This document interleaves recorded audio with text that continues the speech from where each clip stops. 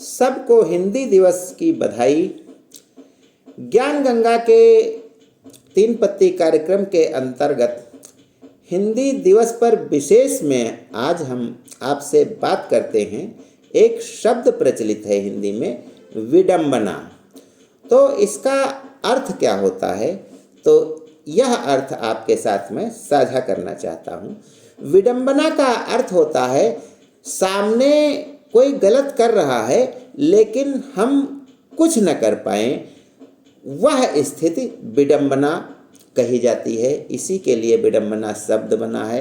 अर्थात अपमान हो, उपहास हो, निंदा हो, दुर्भाग्य हो, और इन सब को मिलाकर अपमान, उपहास, निंदा, दुर्भाग्य, इन सब को मिला करके जो कष्टतम स्थिति बनती है उसके मिले जुले रूप को हम विडंबना कहते हैं। जिसका अर्थ यह भी है कि ऐसा क्रूर परिहास जिससे हमारे सामने कोई गलत कार्य हो रहा होता है किंतु हम देखते हुए भी उसे रोकने की हिम्मत नहीं कर सकते हैं, यही होता है विडंबना। उदाहरण के रूप में भीष्म पितामह, द्रोणाचार्य, कृपाचार्य और धृतराष्ट्र की उपस्थिति में द्रौपदी का चीरहरण होना एक विडंबना ही है। दूसरा उदाहरण, यह विडंबना ही है कि गांधी जी को मुसलमान हिंदुओं का पक्षधर कहते थे और हिंदू मुसलमानों का पक्षधर कहते थे।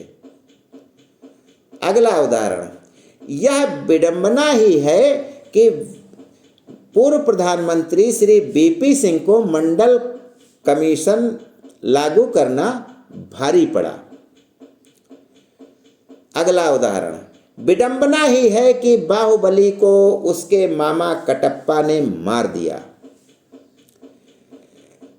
यह विडंबना ही है कि देश की 52%